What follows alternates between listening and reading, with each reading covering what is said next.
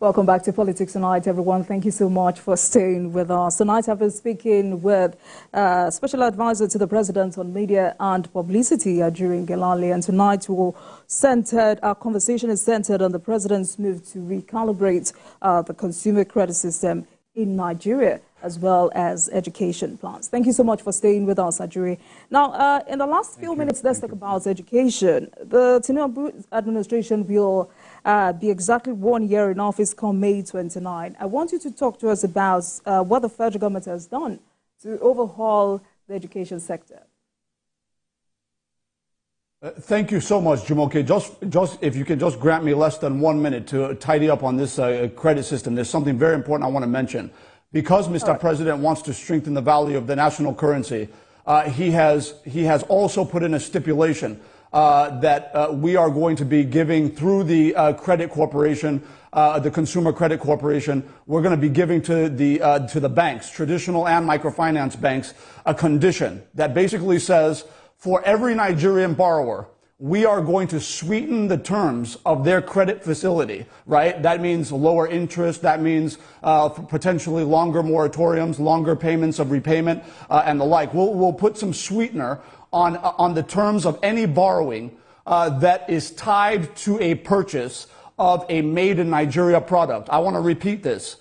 The President is putting in place a mechanism to ensure that every person who is creditworthy, that leverages on, the consumer credit system to access a new car, a new house, and other goods and services, right?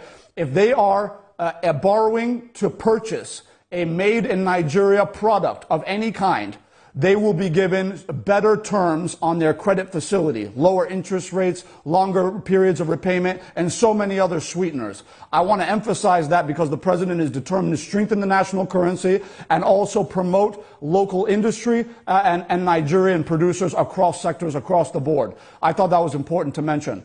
Now, on to the issue of education. This is fundamental.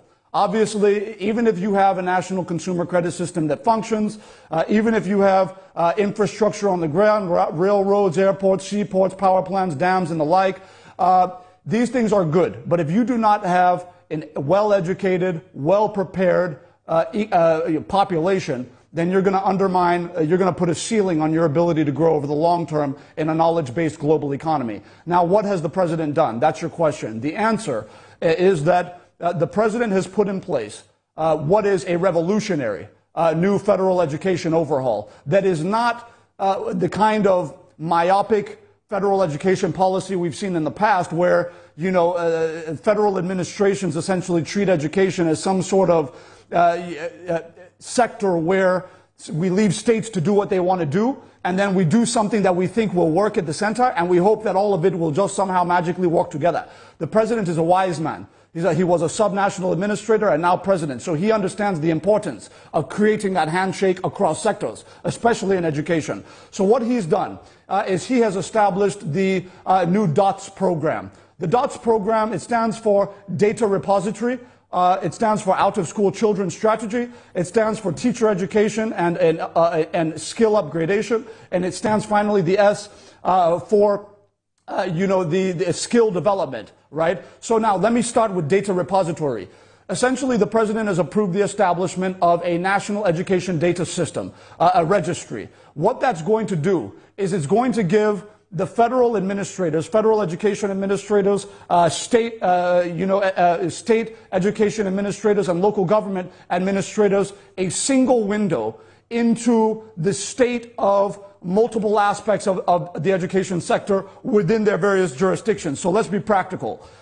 It's going to track the current state of the infrastructure. The President has approved an infrastructural census within the education sector, meaning that every school in the country, primary, secondary, tertiary, and the like, all of them will be evaluated and assessed about on terms of their current condition, right? What they have, what they don't have. We'll run that census. What we'll also run is we'll get a clear inventory of every student, both informally and formally, that is in school right now. Those who are registered in a system, those who are not registered in a system. All of them will be collated and put into a national education data system so that we have not just full track of the education infrastructure, but also of the curriculum across the country at all levels, right? Within the various years as our kids are progressing, that there's some level of standardization and unanimity that's created, and then ensuring that we are able to conduct a review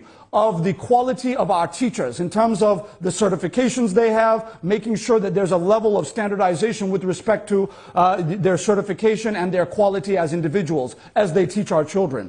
So this data repository is going to be a single window that will be available to all tiers of government, all seeing the same thing based on the census of human and infrastructural needs and requirements that are currently prevalent in the education sector in Nigeria. Now, after the data repository, right, which also deals indirectly with the out-of-school children, because once you can dimension effectively the quantum of students in school, you can get an idea of those who are out of school, right? And then you can now attack that with more accuracy and more definition and specificity. So that's going to help us with that. The third element is obviously teacher quality and training.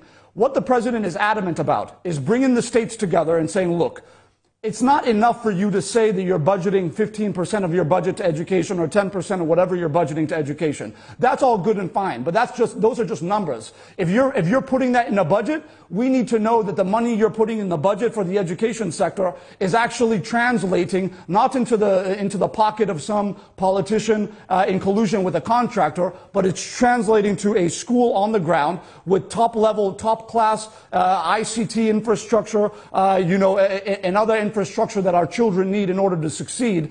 We have to be able to monitor that process and ensure that funds that are devoted to that sector are being applied properly. That is part of this data repository process, ensuring that we're able to track the developments that are taking place. Not just where infrastructure is now, but where we want it to be over the course of a contract for a primary education facility, for a secondary education facility, for example.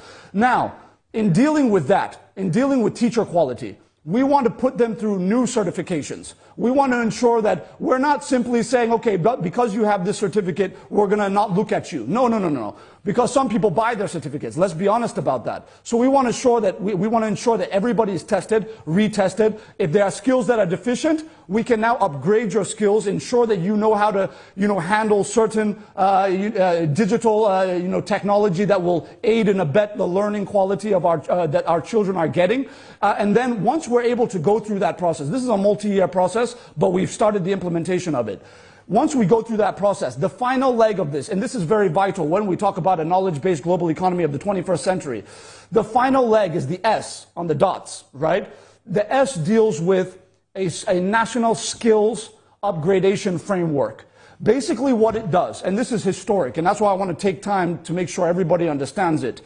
What we're doing is we're not just saying we want our children, like we've been doing for the last 40, 50, 60 years, we want our children to read book, and hopefully if they do well, right, somehow, by reading this book, they understand well, they do well on the exam, then one day they will be lawyer, one day they will be accountant, one day they will be doctor. We're not doing that anymore. What we are saying is that even the child that wants to be a doctor, by virtue of the new national skills framework that we're putting in place under the leadership of President Bola Ahmed Tinubu, what is now going to happen is that child that wants to be a doctor, through the years of very well planned and executed skills impartment, essentially, giving the skills to these children. They might be a doctor, but they're going to be a doctor that's skilled and trained to do several other things, just in case that doctor who runs a medical firm one day decides to get into another aspect of business. We don't want to limit people. We want to open up we want to open new frontiers for people. So what we're doing is the new curriculum with this new skills framework is going to have a layered approach. What it means is that in primary one, you might learn this skill A and skill B. In addition to the regular curriculum, the history that you're supposed to learn, the math you're supposed to learn, the English you're supposed to learn, your native language you're supposed to learn, your biology, whatever it is that you're learning at that level, we're adding skills to it, practical skills to it, right? So that's primary one. You learn skill A, skill B, primary one. You graduate to primary two. You're going to get skill C and skill D in addition to the primary two curriculum that we've always had, right? Then when you get to primary three, you're going to get skill E and skill F. It's not going to be as the same skills as you learn in primary one and two. The point is that we are going to diversify the learning of our children to ensure that they're not just book smart, right? We want to ensure that they have practical skills, that they can use their theoretical knowledge to now apply to build an economy that is innovative, that is dynamic, that is evolutionary. That is what we're focused on. This is how you build an economy. This is how you build a population of entrepreneurs, of people who are not just looking for a salary, people who know that by virtue of years of training and skills acquisition, they on their own, irrespective of whether somebody's offering them letter of employment or not, they know that they have the skills and the tenacity and the savvy that all Nigerians have to be able to use those skills and create opportunities for themselves and their fellow Nigerians. This is the future of the Nigerian economy. The president understands it, and he is a generation ahead, making sure that a generation ahead of time, that generation is prepared for the knowledge-based global economy that awaits us 10, 15 years down the road, even as we work very expeditiously to reform the current education system so the people who are currently passing through can quickly phase in and benefit from the skills acquisition framework that we're putting in place, not just in federal education institutions, no, but in close collaboration with the local and state governments, ensuring that everybody is on the same page, they're seeing the same data through the single window data repository, and that our policies are aligned in a way that support each other, rather than Bielsa doing one thing, Bauchi doing another thing, Lagos doing another thing. We're going to unify it and make sure everybody's seeing the same picture and everybody's walking toward a progressive direction with unanimity, without any regard whatsoever for religion, region, or faith. Right, sadly we're out of time. I mean, this is a great conversation tonight discussing the president's move to recalibrate the consumer's credit system, also to his education plans for Nigeria. But before we leave tonight, I would like you to repeat the website where Nigerians can register to access credit facilities, as the deadline for phase 1 stays as was. That's very kind and considerate of you. Thank you very much. For all Nigerians wishing to access the consumer credit, you visit www.credicorp.ng. creditcorp.ng. That is the website. It's up right now. Register today. All right. Thank you so much. Ajurin Gilali, Special Advisor to the President on Media and Publicity. Thank you so much for joining us on Politics Tonight. Thank you for having me. God bless you. All right. And thank you very much for watching. That marks the end of today's episode of Politics Tonight. But the conversation continues.